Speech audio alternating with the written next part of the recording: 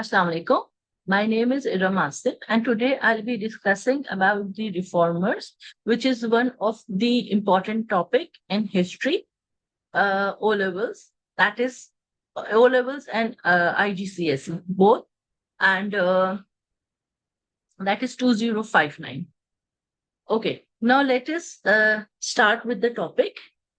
There are three reformers which are included in this history. Okay. Now, who are these three reformers majorly? Major. There are three reformers. Number one is Shah Waliullah. Number two is Sayyid Ahmad Shahid Barelvi. And number three is Haji Shariatullah. Okay? Today we'll be discussing about Shah Waliullah. Okay, so let us start. Shah Waliullah Dehelvi. Okay. Before starting, let us just have a little overview of his background. Okay? Who was Shah Waliullah? Okay, Shah Waliullah was born on 21st February 1703 in Delhi, that is India. Okay? And he was born in a family of scholars. तो उन्होंने शुरू से ही बहुत सारी चीजें यानी शुरू से ही उन्होंने अपने घर का माहौल ही बहुत ज्यादा इस्लामिक देखा था and that was the reason why he had already always focused on Islam. ठीक है. अच्छा, he studied under various scholars. Okay, his real name was Qutbuddin. ठीक है. Although his real name was Qutbuddin, but later on he was called Shah Waliullah. और वो क्या reason था उनका शाह वलीउल्लाह का? शाह वलीउल्लाह कहलवाने का. वलीउल्लाह मीन्स अल्लाह का वली. ठीक है. He was a very learned person and he was had all those Islamic principles and teachings in him, restored in him, I would rather say. अच्छा, why he was called Shah Waliullah? क्योंकि उनके father का नाम था शाह अब्दुल रहीम. So after his father name, ठीक है, he was called Shah Waliullah. ठीक है. And his father, that is Shah Abdul Rahim, was a very famous scholar, and he was even the founder of Madrasa Rahimiya. ठीक है, which was a very famous madrasa in those days. और वो he even worked as he was even the religious advisor to Aurangzeb. Okay. Shah Waliullah did not witness the reign of Aurangzeb because he was born only 4 years earlier, before his death, before Aurangzeb's death.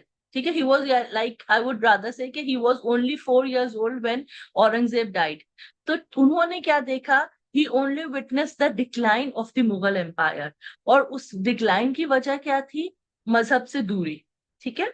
That they were not following the Islamic principles. They were not following what was exactly taught in Islam. ठीक है. तो इस वजह से that was the main reason why he started his reform work. अच्छा, when he was only 15 years old, his father died. That means it was in 1718. And so he started teaching in the madrasa. Now, what happened? Like in 1724, he went over to Saudi to perform Hajj. And there he studied under the famous scholar, that's the Sheikh Abu Tahir bin Ibrahim. And he spent a lot of time there, and he returned back in 1732. Okay, now let us move on further about the reasons for his reforms. Excuse me. So what were his reasons?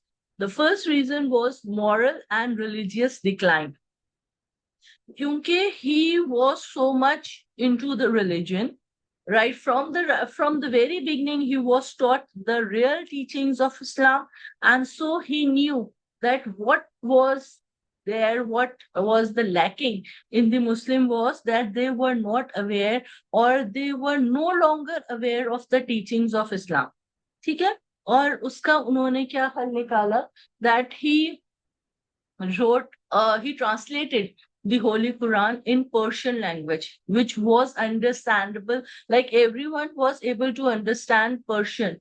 Although Arabian जो Arabic language थी, वो किसी को नहीं समझ आते थे, ठीक है। To make it easier for everyone to understand Quran, the teachings of Quran, he just translated it, although he faced many criticism from the ulama in those days. बहुत सारे लोगों ने उनके अगेंस्ट हुए, but still he just kept on with his work. Okay, number two reason, what was the second reason? That was the lack of unity among Muslims. And what was this lack of unity among Muslims mean? Like Shia and Sunni. Okay, there were a lot of conflicts which were there between Shia and Sunni. अब वो जानबूझ के जो है वो डाले गए, और it were they were there. But what he did, that with his writings and with his thousands of followers, he took concrete steps to bridge the sectarian difference among the Muslims. And he unified Muslims to counter various other threats, the bigger threats which were there in front of them, that is the Marathas or other non-Muslims, even the British. So first they have to unify. तो जब तक Muslims आपस में मिलेंगे नहीं, तो वो कैसे एक बड़ी फोर्स बना सकते हैं, ठीक है। तो पहले उनमें यूनिटी होनी चाहिए ना। तो फर्स्ट ही यूनाइटेड देम ऑल, और फिर उन्होंने जो उनके बिगर थ्रेट्स थे, दैट इज द मराठास और ब्रिटिश या सिख जो भी थे, जिनसे भी उनके जितनी भी राइवलरीज थी या जितनी भी उनसे क्लैशेस थी या कॉन्फ्लिक्ट्स थे, तो they became first the power to fight with them, ठीक है। तो उनको भी तो पावर होनी चाहिए ना, मुस्लिम्स में तो आपस में इत्तेहाद होगा तो they will be able to fight, ठीक है। Now moving on to the other part, that is the influence of non Islamic practices. अच्छा, अब ये नॉन इस्लामिक प्रैक्टिसेस कहाँ से आई? वो क्या हुआ, that because they were living for years and years, all these three or four culture, or maybe they may be more, okay, but major कौन थे? Hindu, Muslims, Sikh, and Christians.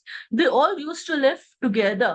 तो उनके जो जितने भी कल्चर्स, जितने भी कस्टम्स थे, जितने भी कल्चर्स थे, वो सारे आपस में जो है अमलगमेट हो गए थे। यानी कि उनमें जो है ना एक ऐसा हुआ था कि it was not like they were not able to recognise कि किसका कल्चर कौन सा था, ठीक है। और वो पूरा जो है ना एक कल्चर का एक पूरा वो हो गया था, that they had adopted each others culture, ठीक है।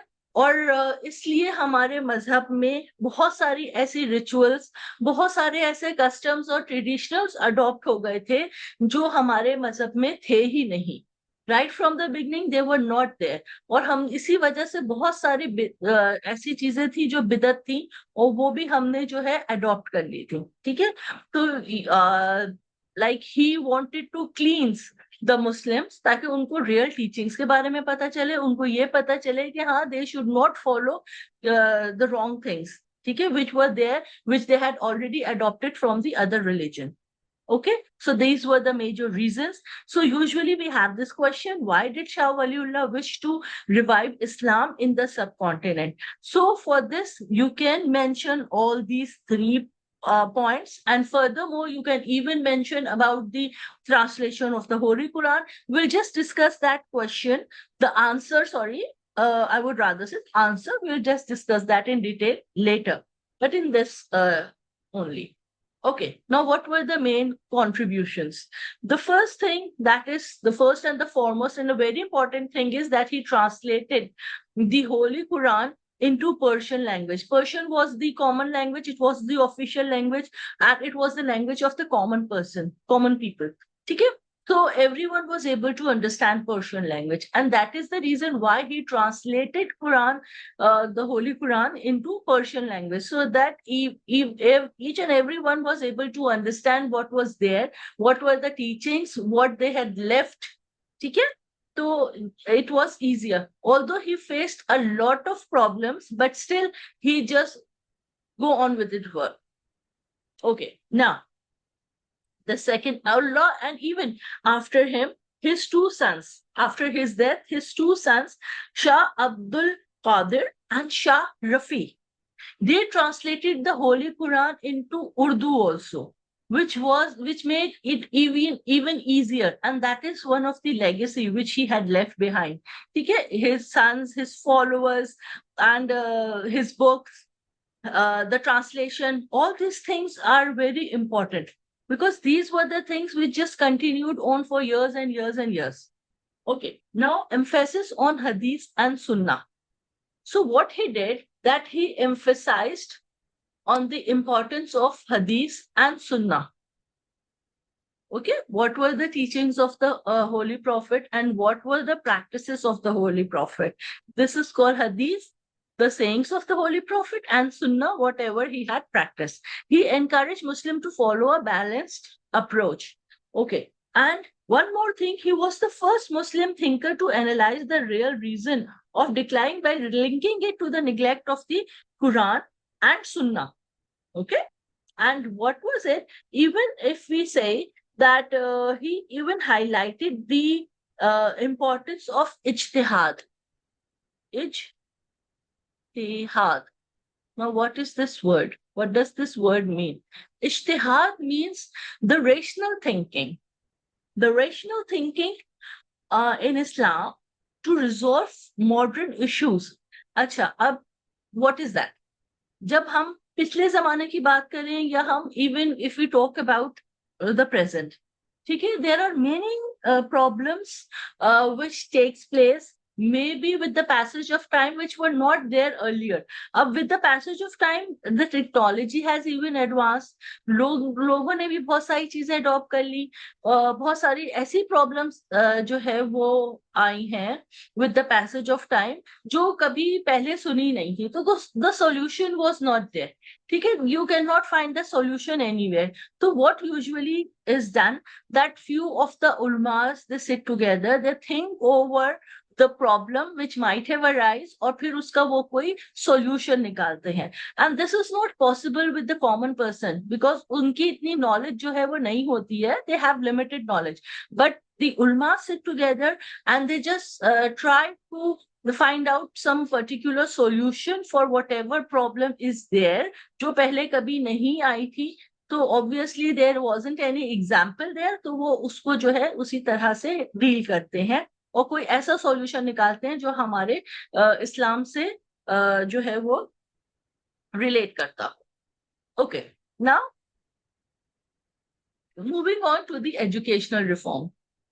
एजुकेशनल रिफॉर्म के लिए उन्होंने क्या किया, that he reform the curriculum. ठीक है, जो भी पहले करिकुलम था उसको उन्होंने फर्दर जो है उसमें जो है मजीद बेहतरी लेकर आए थे. And he because he was even taught, he was there, he studied in Arabia also, तो वहां से भी कुछ चीजें उन्होंने अडॉप्ट की थी which he just added up in the curriculum, ताकि जो है लोग ज्यादा से ज्यादा उस नॉलेज का और उस करिकुलम का और उस टीचिंग्स का फायदा उठा सकें. Okay, as I have mentioned earlier also that he focused on unity between Sunni and Shia. ठीक है, ताकि वो एक जगह होकर एक प्लेटफॉर्म पे होकर under one umbrella they should work together as whole. ठीक है, सारे मुस्लिम्स एक साथ जब तक यूनिटी नहीं होगी तो obviously they can not fight other powers. ठीक है, now when we talk about the political influence, he even wrote few letters to the leaders, different leaders, ठीक है, और to just unite them. ठीक है, so that there should be unity among the Muslims only. ठीक है, ताकि मुस्लिम जो है ज्यादा से ज्यादा यूनाइट हो सके. और he even called or he just persuaded Ahmad Shah Abdali, who was the leader of Afghanistan. He just called him to fight the Marathas. There were 10 battles which were fought. And in the third battle of Panipat, finally Ahmad Shah Abdali was able to win over Marathas. Okay, they were able to defeat the Marathas along with the, Ahmad Shah Abdali was not the only one, but there were some local rulers also who just helped him out, and finally they were able to fight the Marathas. Okay, and that happened in 1761. when the Marathas were defeated, because they caused a lot of difficulties for the Muslim to survive in the subcontinent. They had many fights with the Muslims, um, and they were making it difficult for the Muslims. Okay, now when we talk about the other things, let us talk about the impact and legacy. That is what was left behind after his death. And this legacy, he left a lot of things. क्या था कि whatever he had done for the Muslims, I'm talking about Shah Waliullah, whatever he did for the Muslims, or how his reform work was continued, that laid the foundation of the Pakistan movement. ठीक है, क्योंकि उन्होंने जिस तरह से सब Muslims को unite किया, this is what Quaid Azam did also, and the other Muslim leaders, what they also did the same thing. First they united the Muslims, or then they started fighting first with the British, and then with the Hindus, and finally they were able to get a separate homeland for the Muslims. Okay, okay. So, what other things were done by him? He wrote 51 books. And there were two of his books, that is Hujjatul Baligha. We'll discuss about it later. Okay, so there were few books which were very important. And what was the foundation for future reform movement? His work laid the groundwork for Sayyid Ahmad Shahid's jihad movement, because Shah Waliullah was the one who just highlighted the importance and need of jihad. He highlighted it, and this movement was carried on further with Sayyid Ahmad Shahid Barelvi. Okay, because he also realized the importance of jihad, and this movement just carried on by Sayyid Ahmad Shahid Barelvi. And when we talk about Haji Shariatullah, he started his Faraizi movement. So both movement were on the base of this Islam. Okay, okay, and they promoted a return to original Islamic teaching. And what we have seen here, that this was the only thing that was the early trigger for Muslim political awakening in India. And as I have mentioned earlier, that this laid the foundation of the Pakistan movement. So the Pakistan movement, you can say, started from that time. The foundation was laid at that time. Okay. Now let us move on to one of the questions which we have seen in our exams, and that is the 7 marks question. Okay, now when first we'll talk about the examiner's comment. What did he say? Yeah, the question focused on the reason why Shah Waliullah wished to revive Islam. This is what we should write. Okay, we should not go into detail about the background information or any description about him. We should eliminate all those things. Only 1 to 2 lines are enough for it. Okay, so I have just highlighted it. You can read it out, or I'll just read it out for you. Shah Waliullah was a great reformer. He was born in 1703, that is only 4 years before the death of Aurangzeb. Therefore, he was a witness to and worried over the process of the decline of Mughal Empire and the deteriorating condition of the Indian Muslims. He believed. Now we'll just discuss about the highlight, or I'll just read out the highlights from here. The main reason of the miserable condition of the Muslim was their ignorance of Quran and Sunnah. That is one of the point. Then the second point is he translated the Quran into Persian language. That was again one of the big favor from him for the Muslims. Then he wrote several books also, and among those books, Hujjatullah Baligha, in which he analyzed the problems of the Muslim community, and then Izalat al-Khafa, in which he tried to remove the differences between the two major sects of Islam, that is Sunni and Shia, just to unite them. Okay? And then he even highlighted the importance of jihad against a common enemy. And last but not the least, he invited Ahmad Shah Abdali of Afghanistan to fight with the Marathas. So these are the things which should be mentioned here in this question. Later on, my third video will be on